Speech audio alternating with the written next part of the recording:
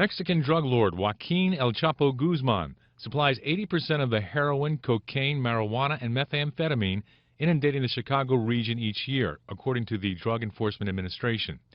That adds up to $3 billion a year worth of drugs. Guzman, who built his empire on fear, intimidation, and murder, controls the flow of drugs from Juarez, Mexico into Chicago, the DEA says.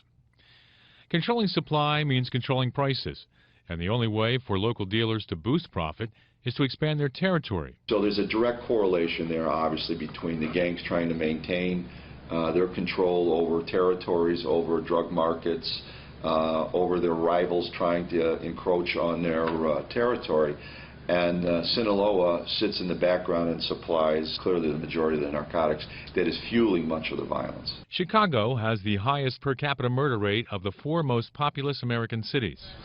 This wall right here is where people that were born and raised in the guards got killed from a bullet or stabbing or something like that. The name was way more names than this, but they redo it all the time. Fresh names, old names. This is where people was born and raised out here and got killed.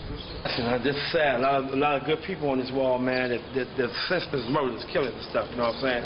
Senseless. While police acknowledge the impact of the drug trade on the city's violence, they also cite the availability of guns as a major factor. In the state of Illinois, you own your FOID card, Firearm Owner Identification Card. And you could walk into any gun shop in the state of Illinois, you could buy 10 guns, walk out the door, and there's no accountability. You do with them whatever you want. While police have managed to cut the murder rate over the first half of 2013, they've made scant progress in cracking Guzman's supply chain. Gil Kurlikowski, the drug czar, came out with something that showed, I think we were at 82% testing for narcotics in their system for people who were arrested, which is like the highest but that was the highest in the country at the time, I know. The violence weighs on the public and is undermining Chicago's efforts to attract businesses. Moody's Investors Service recently reduced Chicago's general obligation debt rating by 3 steps to A3. Guzman chose Chicago for the same reasons Sears and U.S. Steel once did. It's a transportation hub. We've got what's estimated to be 80,000 documented street gang members. Many of those make their living from selling narcotics. So you've got Chapo really having access to 80,000 salesmen for his product.